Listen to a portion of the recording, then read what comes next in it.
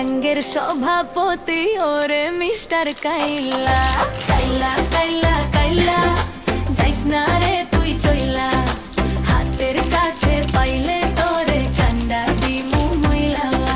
তোর থেকে অনেক ভালো আমগো দাদু ভুইররা।